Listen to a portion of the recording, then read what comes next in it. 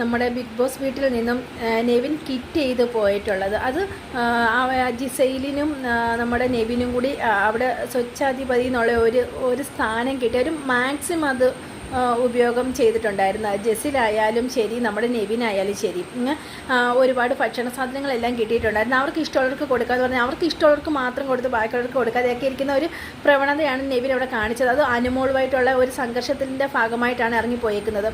അത് ബിഗ് ബോസിനെ വെല്ലുവിളിച്ചിട്ടാണ് ഇറങ്ങിപ്പോയേക്കുന്നത്. അനുമോൾ മാത്രമല്ല, നമ്മുടെ ആദിലയും നൂറയും കൂടി അവനെ മാക്സിമം അവനെ ഇറങ്ങിപ്പോകാനുള്ള കാര്യങ്ങളെല്ലാം നമ്മൾ കണ്ടതാണല്ലോ. ഇപ്പം അറിഞ്ഞേക്കുന്നതെന്ന് വെച്ചാൽ അവൻ തിരിച്ചു കയറി വരുന്നു എന്നാണ് കേട്ടോ. ഇവൻ നട്ടലുള്ളവനാണെങ്കിൽ തിരിച്ചു കയറി വരരുത്, അതാ വേണ്ടത്. അവരും പറയുന്ന, നമ്മുടെ ആതിരയും നൂറയും പറയുന്നത് അതാണ്, നട്ടലുള്ളവനാണെങ്കിൽ തിരിച്ചു കയറി നീ പൊയ്ക്കോ എന്നാണ് പറഞ്ഞത്. ശരിയാണ്. ഇപ്പം അവൻ തിരിച്ചു കയറി വന്നാൽ വെറും ആണല്ലെന്നേ നമുക്ക് തോന്നത്തുള്ളൂ. വെറും നട്ടലില്ലാത്തവനായതുകൊണ്ടായിരിക്കും അവൻ തിരിച്ചു കയറി വരാൻ പോകുന്നത്.